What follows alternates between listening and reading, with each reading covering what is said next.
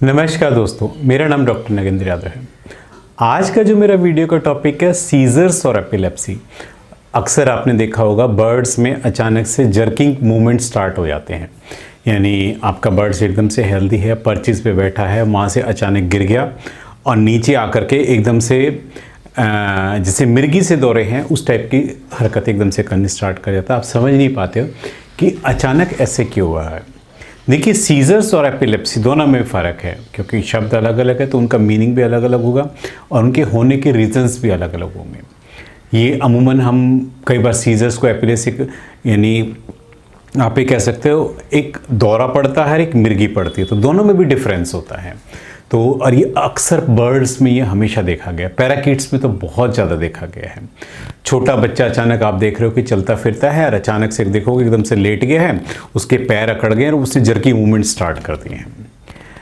देखिए, सीजर्स में क्या होता है, आपको पता है कि हमारे ब्रेन्स में न्यूरॉन्स होते हैं, वो मैसेज को लाने ले जाने का जो काम करते हैं। कई बार क्या होता है, वो जो इम्पल्स होते हैं वो मैसेज ट्रांसफ़र नहीं कर पाते हैं, यानी ब्रेन्स का वहाँ से कनेक्शन जो है ख़त्म हो जाता है। ऐसी कंडीशंस में जर्की मूवमेंट्स बॉडी में देखने को मिलती है।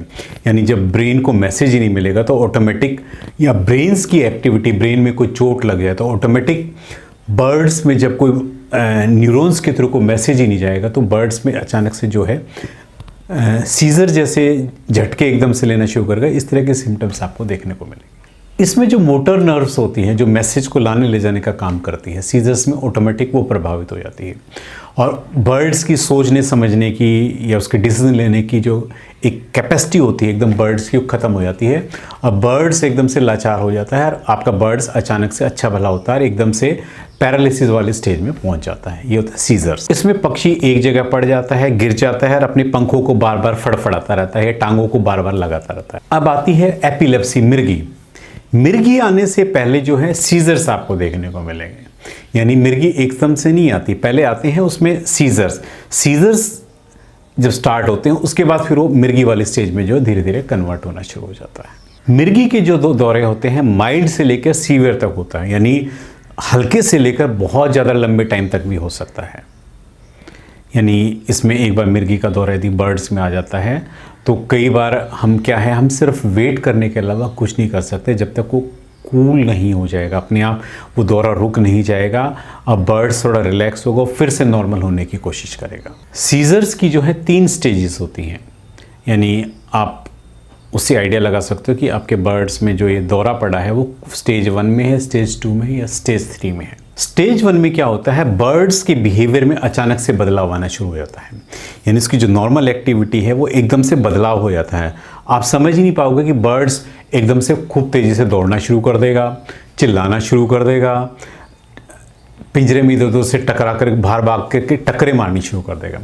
ये सीजर्स की जो है पहली स्टेज होती है जिसमें बर्ड्स की अचानक से बिहेवियर में एकदम से चेंजेस आने स्टार्ट हो जाते हैं।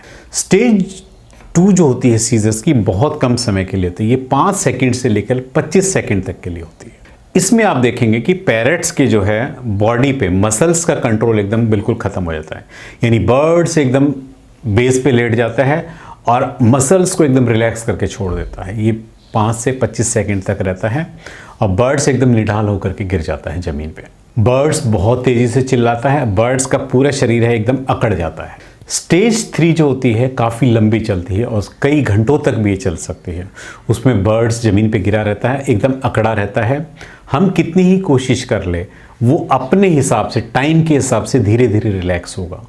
कई घंटे ले लेता है इस स्टेज से रिकवर करने में। कई बार इसमें जो है कई बार बार जब वो घबराता है, हाथ पैर मारता है, पंखों को मारता रहता है, इसमें पक्षी जो है काफ़ी थक जाता है और जब थकने के बाद जो एकदम रिलैक्स होकर के वो इस तरह हो जाता है जैसे बेहोशी जैसी कंडीशन हमें इसको देखने को मिलती है। अब आता है एपिलेप्सी के कारण, यानी मिर्गी के दौरे किस किस कारण से पैराकीट्स में पड़ते हैं। देखिए, सबसे बड़ा जो रीजंस होता है माल न्यूट्रिशन होता है। यदि आप अपने तोतों को खाने में अच्छा हेल्दी न्यूट्रिशन नहीं दे रहे हो तो वो एक सबसे बड़ा रीजंस होता है कि आपके बर्ड्स में मिर्गी के दौरे स्टार्ट हो जाते हैं। इसलिए बर्ड्स की डाइट में सीड्स का कॉम्बिनेशन, फ्रूट्स का, वेजिटेबल्स का एक proper well balance maintain diet होनी चाहिए। यदि किसी भी न्यूट्रिएंट्स की कोई कमी होगी, यदि आप उसकी डाइट में वो कैल्शियम, कोई विटामिन, कोई मिनरल यदि आप नहीं दे रहे हो और बॉडी में उस चीज़ की डेफिशिएंसी होनी शुरू होती है, तो अचानक से कई बार बर्ड्स में जो है मिर्गी के दौरे जो है एकदम से स्टार्ट हो जाते हैं। इसलिए बर्ड्स की डाइट को हमेशा वेल बैलेंस्ड रखिए। डिहाइड्रेशन की वजह से भी जो है अचानक से बर्ड्स में जो है मिर्गी के दौरे स्टार्ट हो जाते हैं। यानी आप हमेशा ध्यान रखिए कि आपका बर्ड्स रेगुलर पानी पीता है, और पानी की कमी होते ही शरीर में बर्ड्स में एकदम मिर्गी के जैसे दौरे होते हैं, बर्ड्स अकड़ना शुरू हो जाता है। और गर्मियों में खासकर जो है इस तरह के सिम्टम आजकल, क्योंकि इन दिनों में छोटे पैराकीट्स के छोटे बेबी आए हुए हैं, और ये सिम्टम्स बड़ा ही कॉमन है कि आपका बर्ड्स एकदम कल तक ठीक था, अगले दिन एकदम से अकड़ जाता है। यानी आपका दिमाग इस तरफ चलता ही नहीं है कि डिहाइड्रेशन भी इसका एक रीज़न हो सकता है। यदि बर्ड्स के ब्लड के अंदर शुगर का लेवल डाउन चला जाता है, वो भी एक रीज़न्स होता है कि आपका बर्ड्स में जो है मिर्गी के दौरे स्टार्ट हो जाते हैं। इसलिए बर्ड्स का जो है रेगुलर, यदि आप CBC या शुगर का चेकअप का आप करवाते रहे रेगुलर, तो ऑटोमेटिक आपको इस समस्या का पहले से ही पता चल जाएगा। अगर शुगर डाउन जा रही है तो ऑटोमेटिक उसको दवाइयों के द्वारा उसको अप कीजिए, ताकि आपका बर्ड्स इस स्टेज तक ना पहुँचे। यदि आपका बर्ड्स रेगुलर स्ट्रेस में रहता है, एक स्ट्रेस वाले माहौल में रहता है, यानी केज छोटा है, बर्ड्स का साइज बहुत ज़्यादा बड़ा है और बर्ड्स को उसमें ना तो घूमने की प्रॉपर मूवमेंट मिल रही है, या केज छोटा है उसमें नंबर ऑफ बर्ड्स ज़्यादा है, इससे क्या होगा, सारे पक्षी जो हमेशा स्ट्रेस में रहेंगे। इससे जो है हमेशा आपके मोस्टली जो सारे बर्ड्स होते हैं वो स्ट्रेस में रहते हैं, और स्ट्रेस भी जो है मिर्गी के दौरों का एक बहुत बड़ा रीज़न होता है। इसलिए हमेशा अपने बर्ड्स को जितना हेल्दी रखेंगे, उनको एक हेल्दी रिच एनवायरनमेंट आप प्रोवाइड करेंगे, उनको खूब सारे टॉय प्रोवाइड्स कीजिए, उनका जो स्पेस है, लिविंग स्पेस है, काफ़ी बड़ा होना चाहिए, उनकी मूवमेंट्स के लिए फुल होना चाहिए, उनको उड़ने के लिए प्रॉपर स्पेस होना चाहिए, तो आपका बर्ड्स कभी भी स्ट्रेस में नहीं जाएगा। पक्षी जो है बार बार बाहर पिंजरे से निकलने की कोशिश करता है, अपने को टकरा करके जो पूरा इंजर्ड्स कर लेता है, और इस प्रकार पक्षी जो स्ट्रेस में चला जाता है, स्ट्रेस में जाते ही आपके पक्षी में अचानक से जो मिर्गी के दौरे स्टार्ट हो जाते हैं। यदि आपका बर्ड्स गलती से कोई टॉक्सिन्स, कोई जहरीला पदार्थ खा ले, जहरीला पदार्थ खाते ही बर्ड्स में सबसे पहले जो है मिर्गी के जो दौरे जैसे सिम्टम्स जो ऑटोमेटिक आपको देखने को मिलते हैं। इसलिए समय रहते एंटीडोट आप लगवा लीजिए टॉक्सिन्स का, ताकि आप समय रहते आप अपने बर्ड्स को बचा सकें। कई बार क्या करते हैं, बर्ड्स के जो अपने केज होते हैं वो मेटल के बने होते हैं, उनको चबा लेते हैं, तो उसमें मेटल पॉइजनिंग हो जाती है, या हैवी लेड पॉइजनिंग। यदि बर्ड्स किसी ऐसे मेटल्स को खा ले जो कि बर्ड्स को नुकसान करता हो, तो वो भी जो है बर्ड्स के शरीर में ज़्यादा टॉक्सिन्स रिलीज़ कर देता है, और उसके खाते ही बर्ड्स में जो है मिर्गी जैसे सिम्टम्स आपको देखने को मिलते हैं। टॉक्सिन्स, यदि आपको टॉक्सिन्स के सिम्टम्स देने के, तो बर्ड्स में इमीडिएटली यदि उसने कोई पॉइजनस चीज़ खा ली, तो इमीडिएटली एक तो सबसे पहले लूज मोशंस उसको लगेंगे, यानी पहला सिम्टम्स है। अगर उसने कोई भी ऐसी उल्टी सीधी चीज़ खा ली तो आपको लूज मोशंस आपको देखने को मिलेंगे, डायरिया यानी आपको देखने को मिलेगा। इमीडिएटली आपको बर्ड्स को सांस लेने में दिक्कत हो जाएगी, इन्हें लंबे लंबे सांस लेना शुरू कर देगा या हाफना शुरू कर देगा। कुछ ऐसी न्यूरोलॉजिकल डिसीज़ होती है जिसमें कि जैसे प्रोवेंटिकुलर डायलेशन डिजीज़ होती है, जिसमें बर्ड्स का जो है ब्रेन अफेक्टेड होता है। ऐसी कंडीशंस में जब उसका ब्रेन का अपना कंट्रोल नहीं होता है, प्रोवेंटिकुलर डायलेशन डिजीज़ हो गई, या एस्परजिलोसिस एक डिजीज़ होती है, उसमें भी जो है न्यूरोलॉजिकल सिम्टम्स बर्ड्स में देखने को मिलते हैं। जब न्यूरोलॉजिकल ब्रेन डिस्टर्ब हो जाता है तो ऑटोमेटिक आपके बर्ड्स में जो है मिर्गी के सिम्टम्स जो आपको बड़े कॉमन होते देखने को मिलते हैं। यदि आपके बर्ड्स को लीवर की कोई डिजीज़ है, उसके लीवर में कोई स्वेलिंग है, कोई इन्फेक्शन है, तो ऑटोमेटिक उस कंडीशंस में भी आपके बर्ड्स में जो है मिर्गी के दौरे जैसे सिम्टम्स आपको देखने को मिलेंगे। यदि हाइपोकैल्शियम और हाइपर कैल्शियम है, यदि कैल्शियम की कमी है ब्लड के अंदर या कैल्शियम बहुत ज़्यादा एक्सेस में, इस कंडीशंस में भी आपके बर्ड्स में जो है मिर्गी के दौरे पड़ सकते हैं। इसलिए इस चीज़ का भी हमेशा ध्यान रखें कि डाइट में कैल्शियम हमेशा एक रेगुलर, एक प्रॉपर रेशियो में होना चाहिए, ना तो कम होना चाहिए ना ज़्यादा होना चाहिए। बर्ड्स को जब भी मिर्गी के दौरे पड़ते हैं तो हमेशा कोशिश कीजिए बर्ड्स को हमेशा कंफर्टेबल लगे।